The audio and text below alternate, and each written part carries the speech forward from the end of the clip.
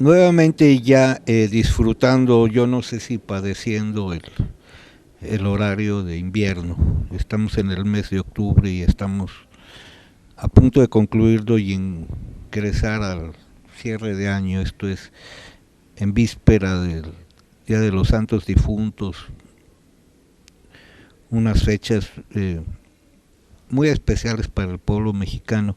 Y bueno, con el gusto otra vez de platicar en la Universidad de Matehuala con Álvaro Mata. Usted ya lo conoce, es un intelectual, un poeta de origen costarricense. El tema, el mundo, la vida, la muerte, la poesía, que es un camino hacia todos esos temas, Álvaro. Y sobre eso vamos a intentar disertar. Esperemos le despierte algunas reflexiones.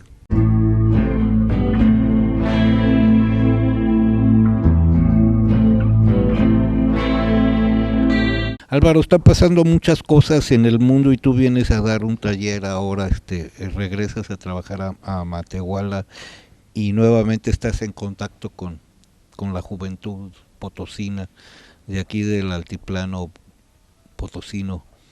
¿Qué ves en ellos? ¿En qué están y cómo le puedes dar seguimiento al trabajo que has desarrollado aquí en esta cabecera municipal? Bueno, hace muchos años, cuando empezamos con el Festival Ava Palabra, que es un festival, bueno, que ustedes saben que nace pensando en buscar una relación entre la comunidad y la literatura, que la hay, pero que de alguna manera esa relación se ha perdido. Hay razones para que eso haya sucedido así. Bueno, la cosa es que hace ya muchos años, no sé si fue en el segundo festival o en el primero o el tercero, iba ahí metido yo en las Huastecas a estos recitales y tal, y entonces me preguntaron algo que siempre me llamó la atención, que me lo han preguntado varias veces, y es que cuando llegas a esos lugares que están muy alejados de todo, ¿verdad? O por lo menos alejados de lo que creemos que son los centros urbanos importantes. En realidad eso es una especie de ficción. Centro urbano importante es cualquier centro urbano donde uno esté.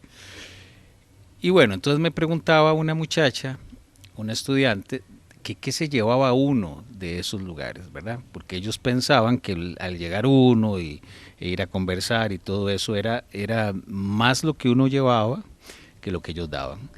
Y entonces yo le dije que estaba muy equivocada. Primero que uno se lleva muchas imágenes, estás construyendo el mundo, que ese mundo es el que habitas y que salís de tu país o vas a otros lugares y estás reconstruyendo siempre. Estás pensando cómo se formó esto, qué es esto que habitamos, cómo somos nosotros los seres humanos. Y entonces cuando llegas, digamos, aquí a Matehuala, empezás a interactuar con estudiantes, con gente muy joven, e incluso en otros lugares que con muchachos de secundaria o de preparatoria. ¿Qué se encuentra uno? Uno primero se encuentra, vamos a ponerlo así, son como varios planos. El primer plano que te encontrás es con personas iguales a vos, y esas personas iguales a vos están en todas partes. Lo único que nos diferencia unos de otros son esas perspectivas políticas, ideológicas, que utilizamos y que muchas veces nos hacen creernos que hay gente mejor o gente peor, y eso es también una ficción, ¿verdad? No la hay, no hay nadie mejor ni peor. El hecho es que nosotros nacemos y morimos, y esa es nuestra circunstancia. Lo otro que te encontrás es gente con mucho talento, gente con muchas ganas de hacer cosas, y entonces empezás a sentir una sensación que confronta todo lo que nos dicen los políticos y lo que nos dicen las academias, porque nosotros desperdiciamos en nuestros países latinoamericanos el potencial fundamental que tenemos, que es la fuerza humana. Entonces, cuando llegas a todos estos lugares y no tenés, o sea, no hay que venir aquí para hacerlo, o sea, puedes estar, digamos, en el Distrito Federal, en una escuela, entre comillas, importante, y vas a sentir lo mismo. Es decir, hay un decir político de mucha gente que la educación es importante, que hay que apoyarla, pero hay que desnudar eso. La mayoría de lo que está apoyando son pequeñas élites que viven muy bien de los sistemas educativos, pero que ese sistema educativo hace rato entró en una crisis o en un letargo o en un desvincularse de lo cotidiano. Y entonces todo ese montón de información que se te da se vuelve inútil porque no nos está resolviendo nuestra vida cotidiana. Y cuando me refiero a nuestra vida cotidiana, me refiero a las cosas que tenemos que vivir y padecer cotidianamente. Si, por ejemplo, yo llego a estos lugares, a cualquiera, y le digo cuál es el listado de problemas que me pueden dar, todos me van a repetir más o menos lo que todo el mundo sabe: desempleo, problemas económicos, miseria, abuso de poder, impunidad, corrupción. Pero ve que dentro de todo este estado de cosas que nos hablan, nunca hay el vincularte vos, tu existencia, lo que estás sintiendo con esos problemas. Y entonces te va a poner estadísticas. Se supone que en México un 50-60% de las mujeres son abusadas o han tenido algún tipo de abuso. A eso va desde violación hasta acoso, todo lo que vos quieras. Si vos tenés un 60% de la población femenina, sí, quiere decir que hay un 60% de abusadores, ¿verdad? ¿Vos me podrías explicar cómo eso no aparece dentro de las estadísticas de problemas nuestros? Pero estaba hablando de problemas existenciales. Una persona que ha sido acosada, que ha sido abusada, que ha sido violada, tenerlo por seguro que no va a ser una persona que esté bien psíquicamente ni emotivamente. Eso lo arrastra, como todos arrastramos los lastres y las laceraciones que nos dan, pero si nosotros tenemos sociedades que están así, no son sociedades que están bien.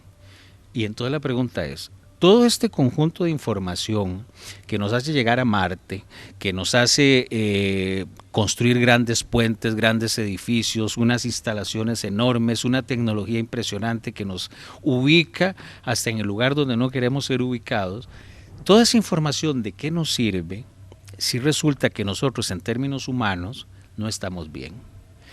Y es muy simple. Pongo otro ejemplo.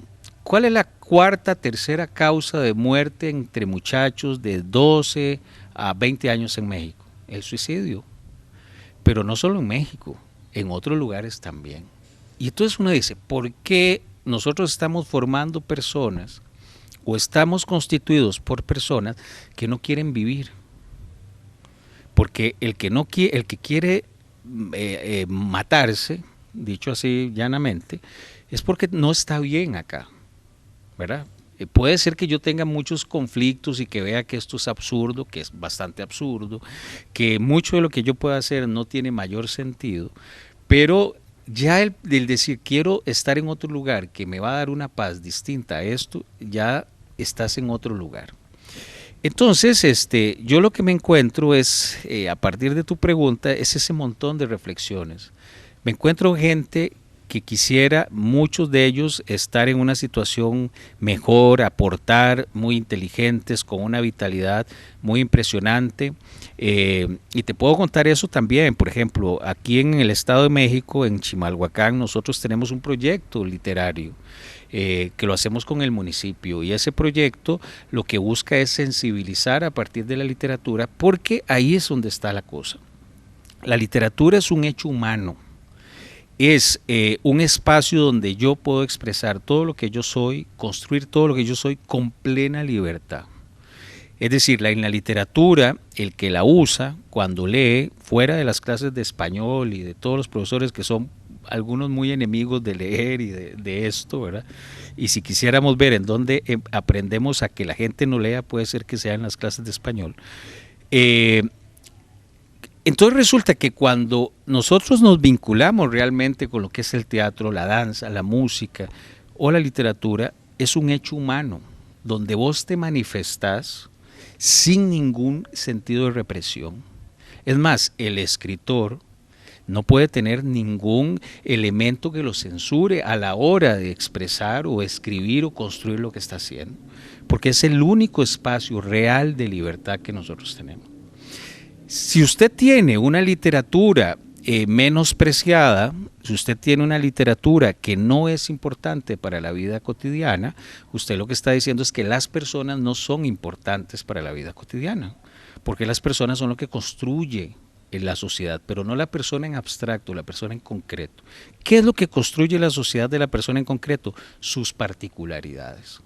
Y si observas, la particularidad de cada uno de nosotros es lo que nosotros normalmente dejamos de lado, o los sistemas educativos es lo que no le da importancia. Cómo imaginás, cómo sentís, cómo percibís el mundo, cómo construís desde vos toda esa historia que tiene que ser tuya. Entonces relaciono todo esto con esa pregunta que parece muy sencilla que me haces, pero que es compleja. Te encontrás con todos esos mundos que la sociedad en general, desde Argentina hasta México, para hablar de todos nuestros países, por más que haya muchos discursos ahí muy ideologizantes y muy socialistoides, etcétera, nosotros no construimos espacios de expresión para las personas. Si hay algo que se ha destruido dentro de nuestras sociedades son los espacios comunitarios de expresión, de encuentro entre nosotros. Y uno de esos es la literatura, el teatro, la danza, porque son lugares de encuentro en el tanto nosotros desarrollemos esos aspectos humanos. Entonces yo me encuentro cada vez que vengo a dar estas charlas con esas condiciones. Gente, personas, muchachos, muchachas, que tienen un gran deseo de hacer cosas, pero que empiezan a vivir todo el condicionamiento social, todo lo que han construido las sociedades y que impide muchas veces que eso se desarrolle. Aparte, no vamos a decir de esos otros condicionamientos de que vos a la fuerza tenés que ser padre o a la fuerza tenés que ser madre y que la felicidad está en aquí o allá y no nos dejan construir por nosotros mismos nuestra propia vida. Entonces eso es lo que yo siempre me llevo el saber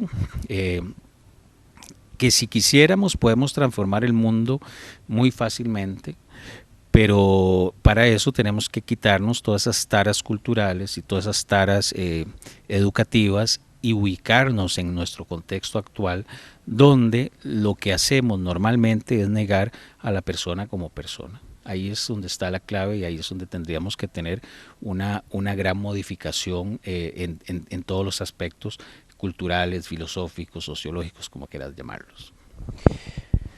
Nos dicen hoy en estos días la gente que sabe, ¿sí? Los preceptores, los maestros, que actualmente la persona que no habla el inglés y que no sabe usar un ordenador es un analfabeto, que está descartado de la modernidad.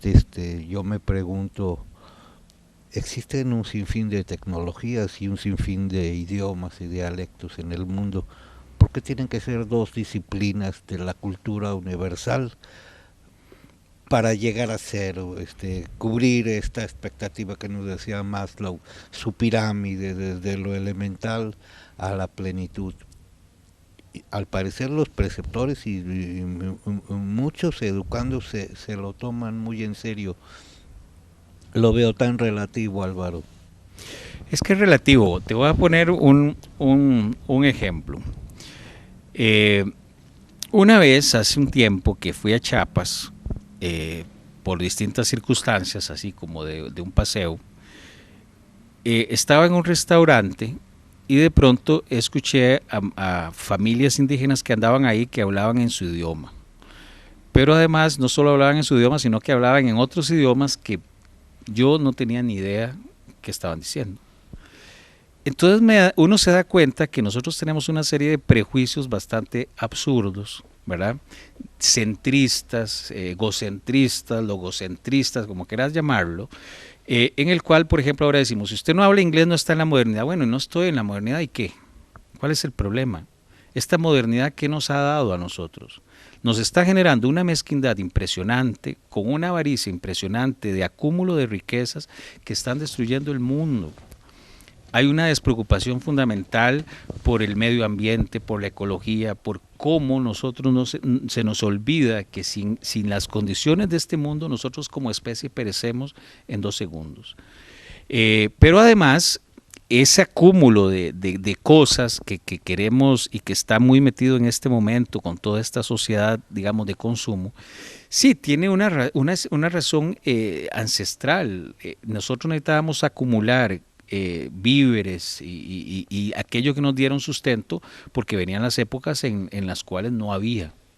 Lo que pasa es que una necesidad social pasamos a una avaricia, digamos, mezquina, muy egoísta, muy indiferente hacia el otro. Y eso es absurdo, realmente. Entonces, yo a esos grandes sabios que usted dice, yo les preguntaría que cuál es el sentido de eso. Eso nos está haciendo mejores personas, eso nos está haciendo convivir mejor. Además, vuelvo al ejemplo de Chiapas. Nosotros siempre, me hace mucha gracia, por ejemplo, en mi país hay una ministra de Educación, como la mayoría de los ministros de Educación, lo que menos saben posiblemente es de cultura y de reflexión sobre la sociedad. Entonces ella dice que uno de sus atestados es que habla 3 idiomas, el francés, el inglés y el español. Y uno se pregunta, ajá, ¿y qué? Hay indígenas que te hablan 4 idiomas o 5. ¿Y acaso usted les está dando en su currículum la validez de ese tipo de lenguas? Ah, no, porque resulta que nosotros establecemos que hay lenguas o hay centros que son en esa escala de valores los que son importantes. No, es que ya no son importantes. Si nosotros queremos transformar el mundo, tenemos que transformar esas jerarquías que nos hacen pensar que hay sociedades mejores que otras. No hay ninguna sociedad mejor que otra. No hay ninguna persona mejor que otra en términos humanos y cotidianos. Es obvio que yo me voy a distanciar de todas aquellas personas, o lo intento, que veo que tienen en sí una destrucción de nosotros mismos, ¿verdad? Desde el que asesina, desde el que maltrata a la mujer, desde el que la viola, desde el que utiliza a los niños como cosas para venderlos, etcétera. Trato de distanciarme de eso porque eso no nos lleva a ningún lugar más que a la destrucción de nosotros mismos, al dolor, al odio y a la miseria humana. Pero si yo me quedo con esos estamentos de esos grandes sabios que usted menciona, yo lo único que veo es un hermetismo, una sequedad del espíritu de no comprender que las sociedades las construyen personas y todos los que están en ese conglomerado de ese mundo son y deberían estar construyendo ese mundo.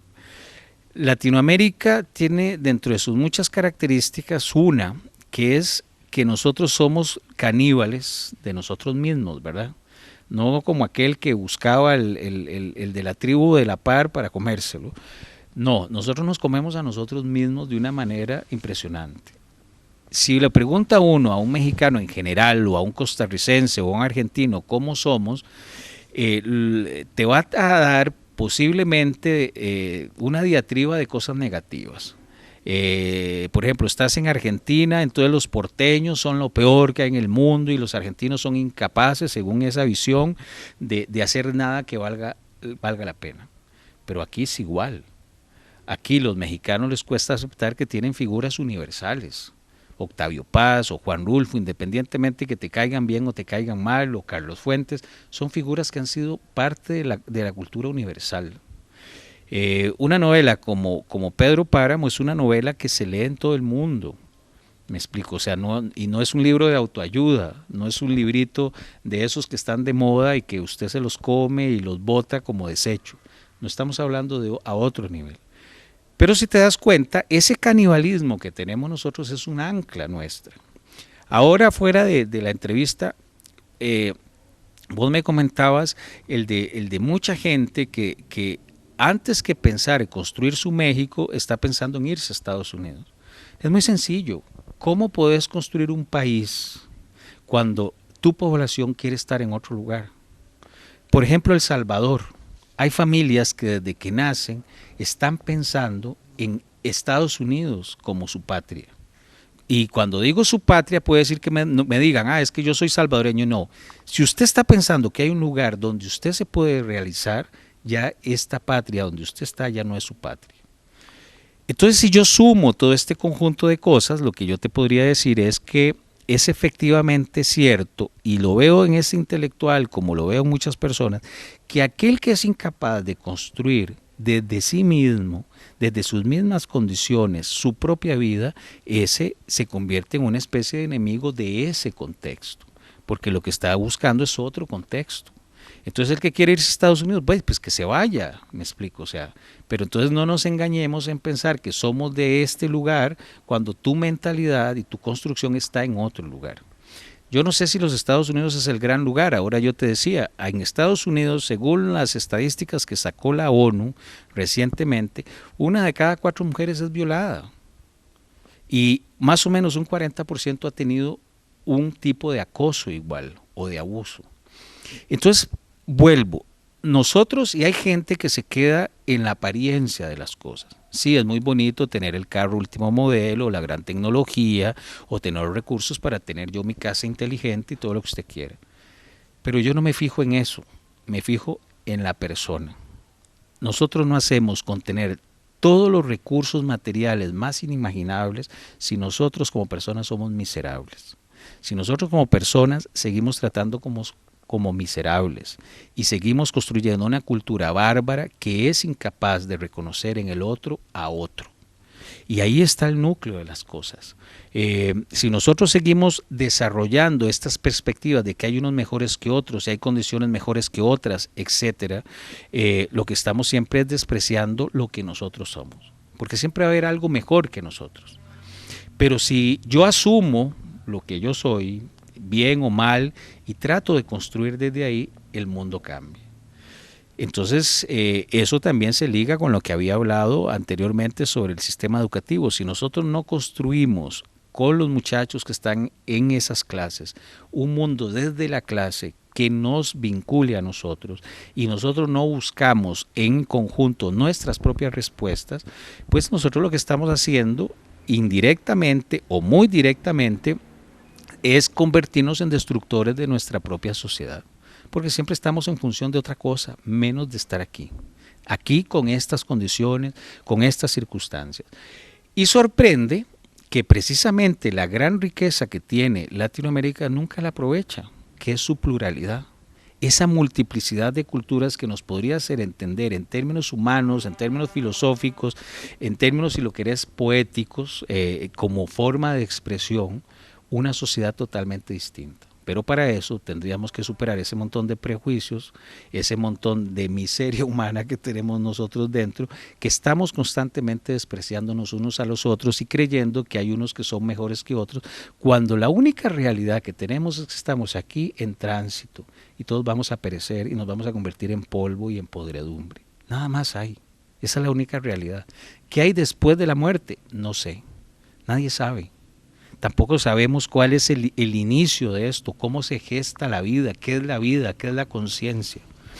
Si nosotros vemos lo que nos rodea y sacamos el lugar común, te das cuenta de que lo que te rodea es un misterio siempre. Yo puedo decir que la matita, o que el arbolito, o que la hojita, o que el insecto es un insecto, una hojita o un árbol. Pero ¿qué es eso? ¿Qué es uno mismo?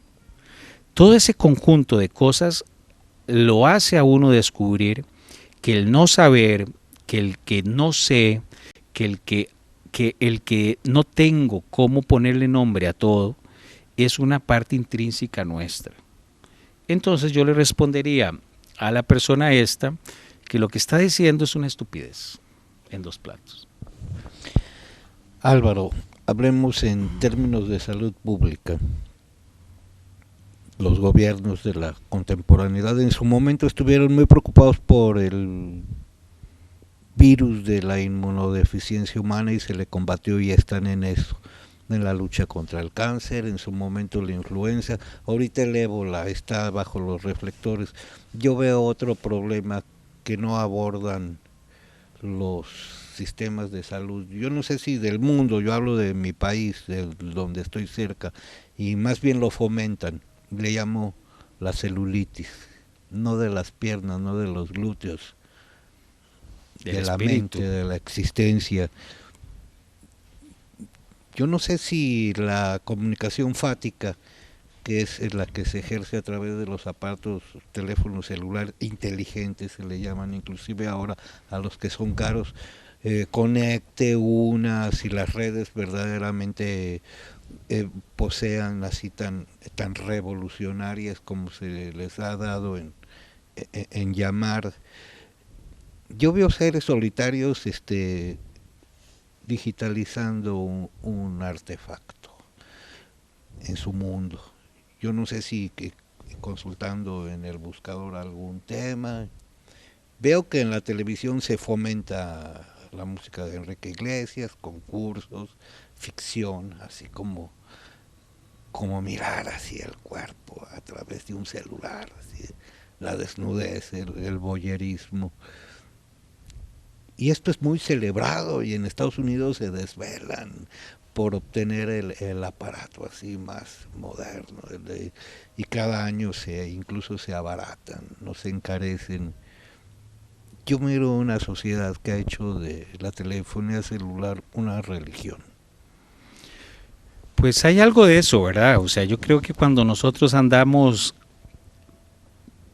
tan pendientes del like en las redes sociales, o andamos pendientes a ver de quién nos mandó un mensajito, es porque estás muy solo y entonces necesitas algo que te haga sentirte, digamos, aunque sea en términos de ficción, importante. Te voy a contar una anécdota.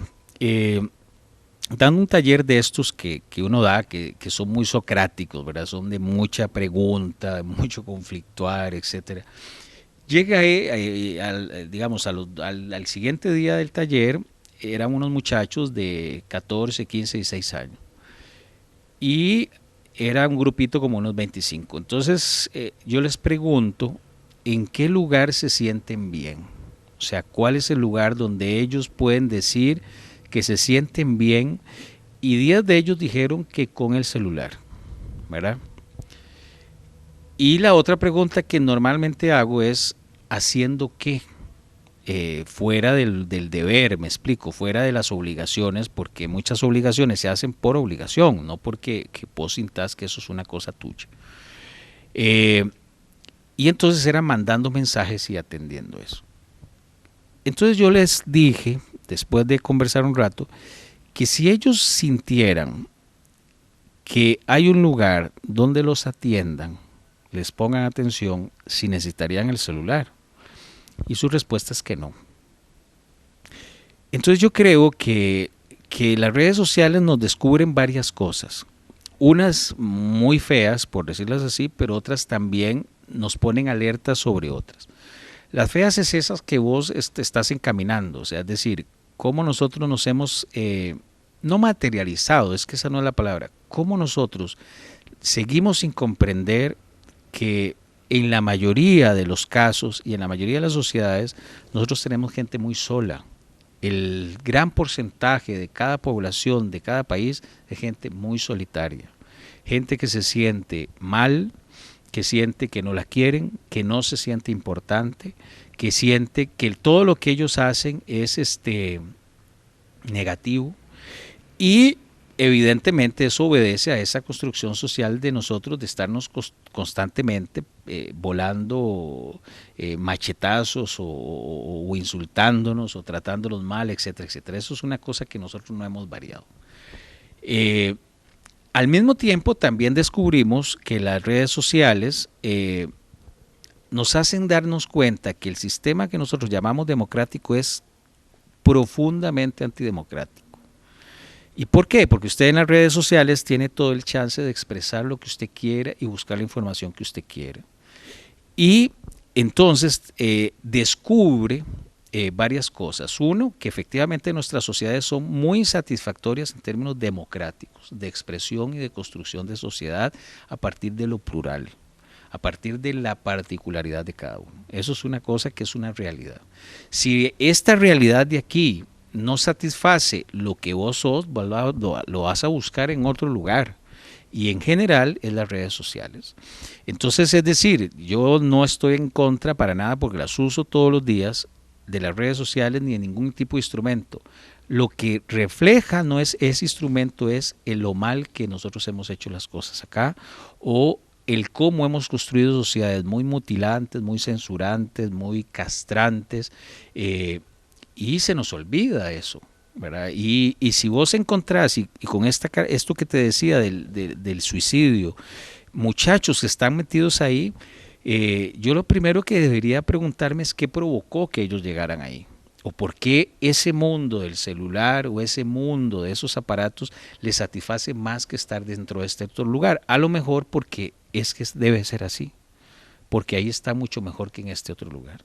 Porque aquí, si observamos cómo son nuestras familias y los padres abusadores y los padres castrantes y con todas las limitaciones que tienen los padres, muchos, no todos, es evidente que no es muy agradable algunas veces estar en las casas ni en las familias y menos en las escuelas. Y entonces nosotros estamos creando, y por eso te decía hace un rato, que si preguntamos cuáles son nuestros problemas están ahí. En términos existenciales, cómo nos sentimos en este mundo, cómo estoy yo en relación con lo que digo y hago fuera de los grandes discursos, fuera de la madre que te dice que tiene que hacer todo por sus hijos, pero no hace nada por ella.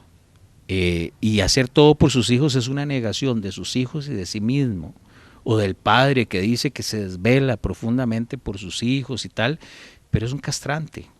Entonces me explico, creo que hay que hacer una revisión que las redes sociales, si lo sabes leer, te lo refleja. Y cuando hablo en términos democráticos, es porque en las redes sociales desnudas la realidad, si quieres hacerlo, muy llanamente.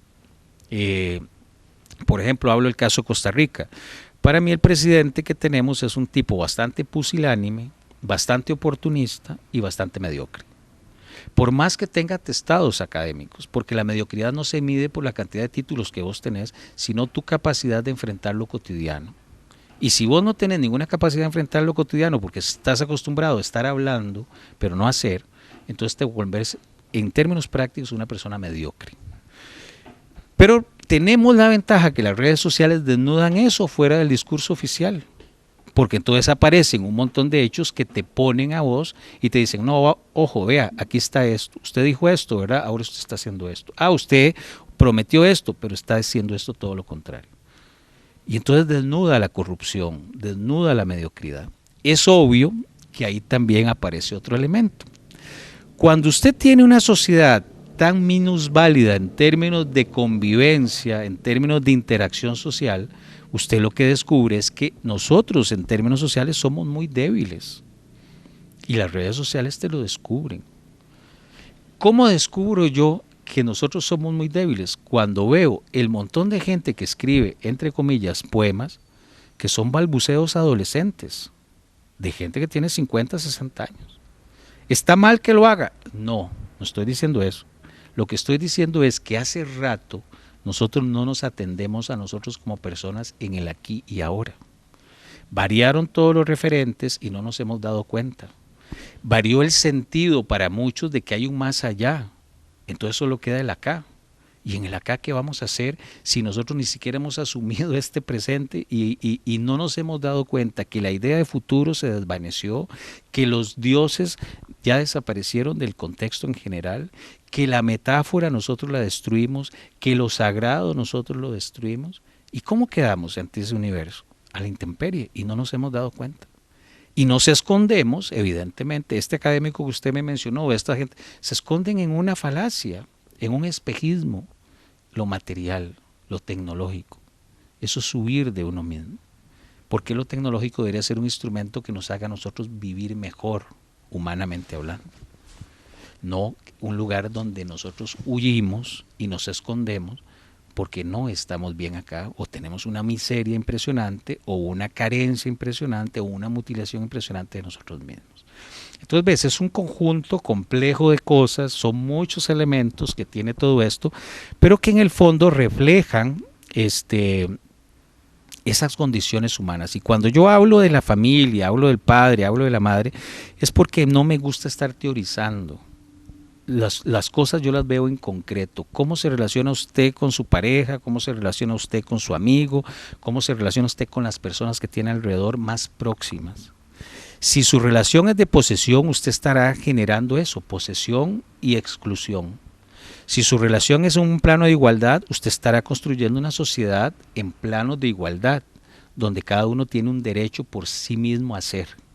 Si usted está desarrollando una relación donde hay un ser superior y el resto son tontos, evidentemente que esos tontos en algún momento van a tener tal nivel de resentimiento que algo van a hacer con ese resentimiento, o anularse profundamente, o terminarán viendo si protestan o no protestan o destruyen, porque todo ese tipo de cosas, de desigualdad, de exclusión, de mutilación, tenerlo por seguro que no genera amor al prójimo, eso genera odio al prójimo. Muchas veces somos muy hipócritas si no lo decimos, pero es lo que uno ve. Si uno observa lo que sucede en México, independientemente de muchas interpretaciones sociológicas y culturales, deberíamos también pensar que esa miseria de 70 millones de personas, o no sé cuántas, ante la gran contradicción de tener tipos millonarísimos, pues algo tiene que generar, ¿no le parece? O sea, cuando yo iba a Caracas y entonces recorría desde Caracas, del aeropuerto hasta Caracas, y veía todo ese montón de lugares pobres, algo tenía que pasar. Y entonces yo a muchos amigos les decía, es que ustedes no se dan cuenta que la miseria es un problema, que la miseria y genera problemas, y que si nosotros no atendemos eso, estamos poniéndonos una soga al cuello socialmente hablando y culturalmente hablando. Y si eso le suma lo que acabamos de decir, ausencia de referentes, destrucción de un lenguaje, destrucción de la convivencia, destrucción de las relaciones humanas, ¿qué estás haciendo entonces? Esas son nuestras realidades. El discurso socialista, digamos, le hace falta que se actualice. Ya no es un problema de lucha de clases. El virus está en todas las clases. Encontrás al sociópata muy humilde como al sociópata en los grandes negocios, porque tenés una sociopatía generalizada, donde los valores y el respeto al otro o el entender a la persona se varió. ¿Y en dónde está metido eso? Pues ahí usted lo acaba de decir, en el consumo. Todos somos cosas. Su riñón es una cosa que cuesta, su ojo cuesta, entonces yo lo quiero. A ese nivel estamos. Y te concluyo con esto. Decía las Naciones Unidas que en Latinoamérica hay 1.800.000 mujeres presas, esclavizadas sexualmente. Es un número grande, es casi como la mitad de la población de Costa Rica. Lo interesante de eso no es quedarse con esa cifra y decir qué escándalo, no. Es que eso está rentando, está generando dinero que nosotros andamos en los bolsillos.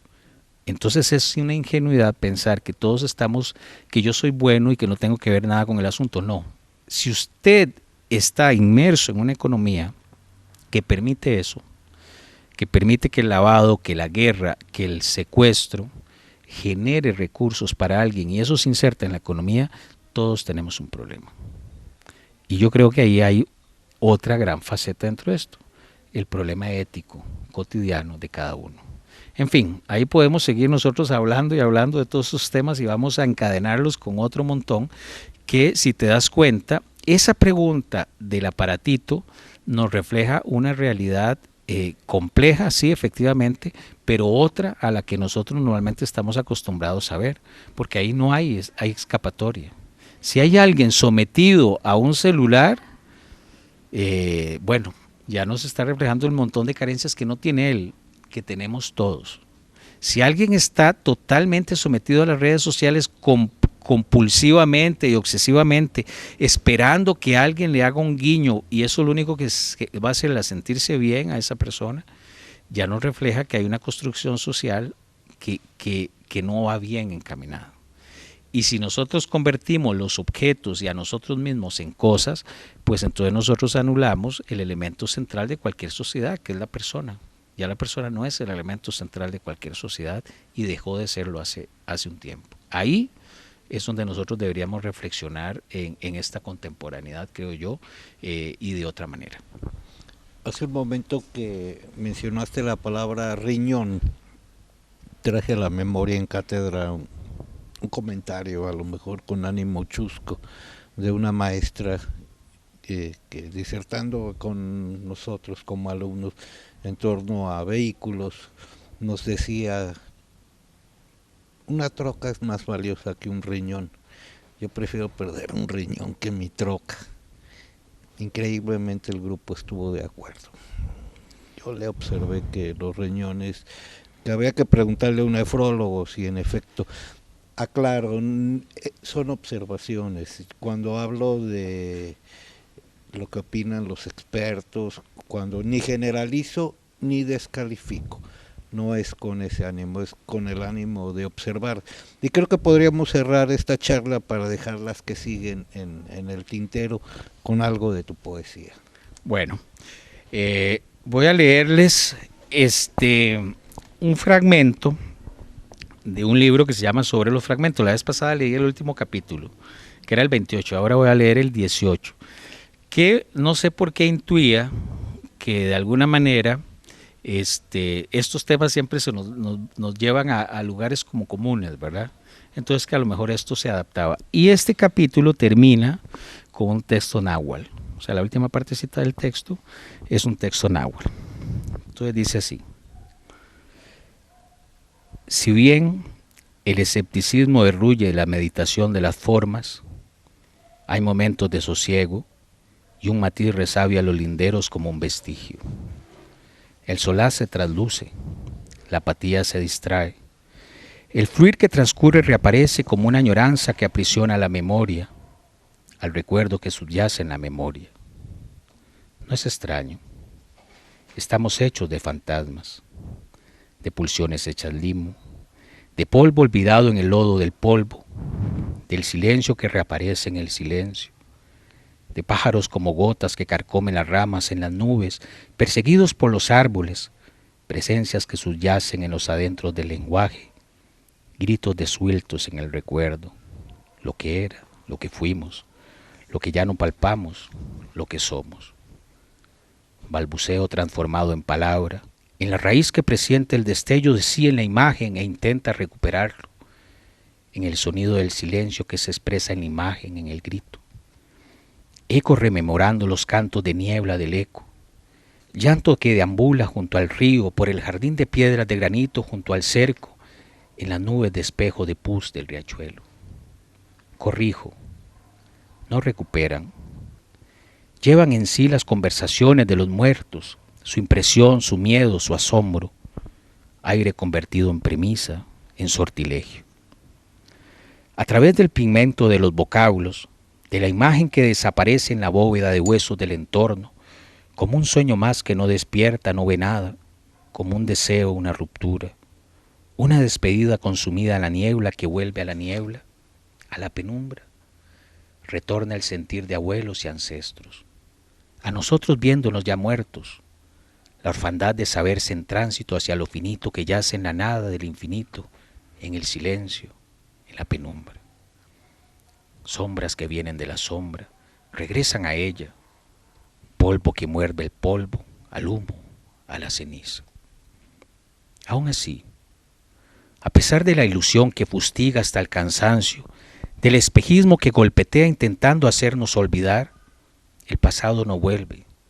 Tampoco existe el futuro, aunque creamos en los ciclos y nos aferremos a la certidumbre que ilusiona lo eterno.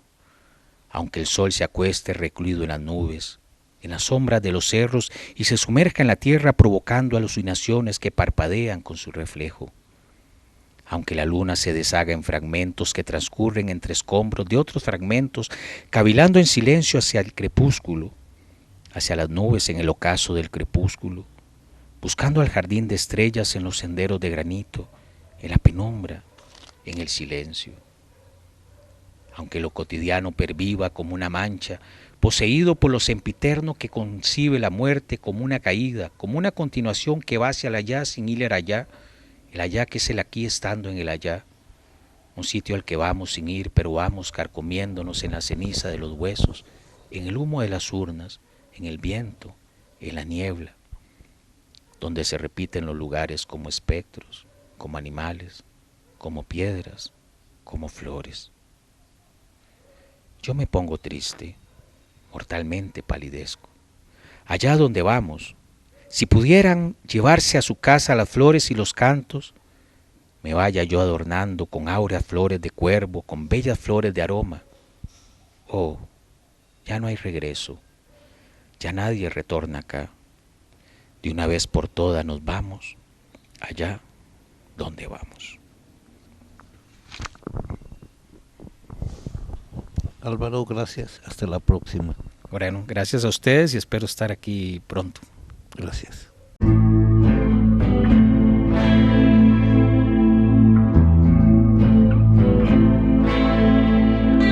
Álvaro, tocamos temas muy interesantes. Me conmueve particularmente el relacionado con el suicidio, sobre todo cuando es de gente joven.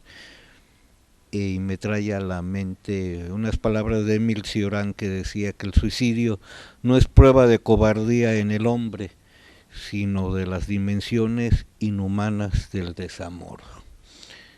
Y creo que en torno al concepto del amor y el desamor también hay mucha confusión. Ojalá algún día podamos disertar sobre ambos conceptos, pero no me parece que esté tan equivocado Cioran.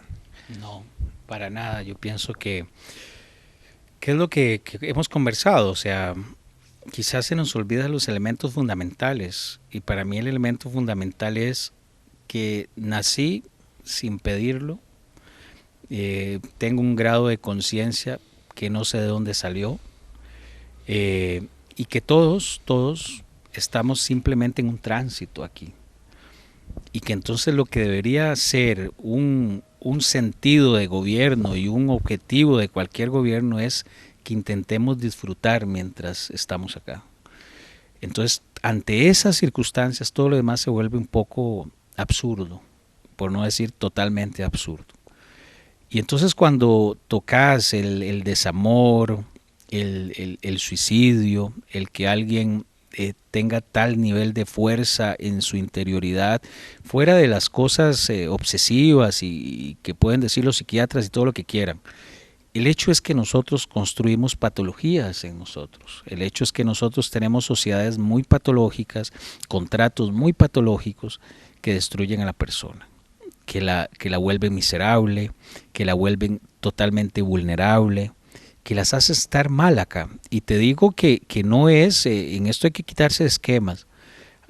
Uno conversa de pronto con muchachas o muchachos que tienen todo para ser los mejores dentro de su contexto y se sienten profundamente miserables.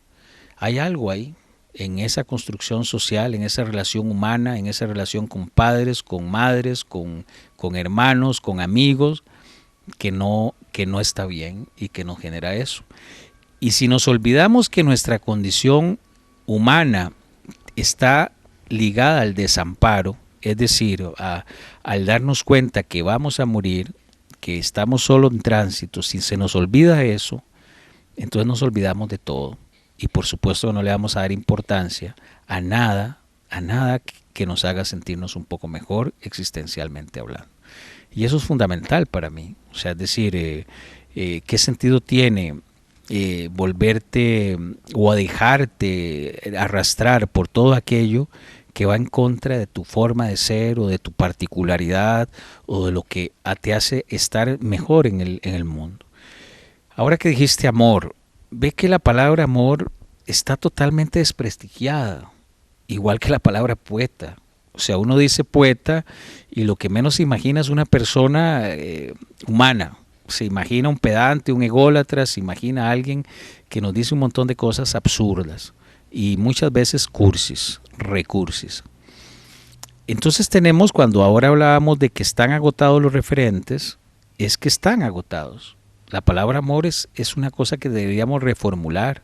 La palabra libertad, la palabra democracia, la palabra persona, la palabra poesía, todo eso está en desuso, es caduco y nos dice que el lenguaje que lo ha formado murió. Entonces nosotros deberíamos reformularnos a nosotros para desarrollar un lenguaje donde nosotros podamos disfrutar estar aquí. Y bueno, ahí seguiremos con esos temas porque esos temas son los que pululan y están en todas partes y son para mí el norte que me dice en términos sociales qué provoca o qué está provocando o qué está haciendo estos desastres y esta barbarie que muchas veces nos ahoga. Parafraseo a Álvaro, nací sin pedirlo y me voy también sin pedirlo. Como todas las semanas, agradecemos a Telecable Canal 4 Cablevisión las facilidades que nos proporciona para estar cerca de usted. No nos despedimos y hasta la próxima.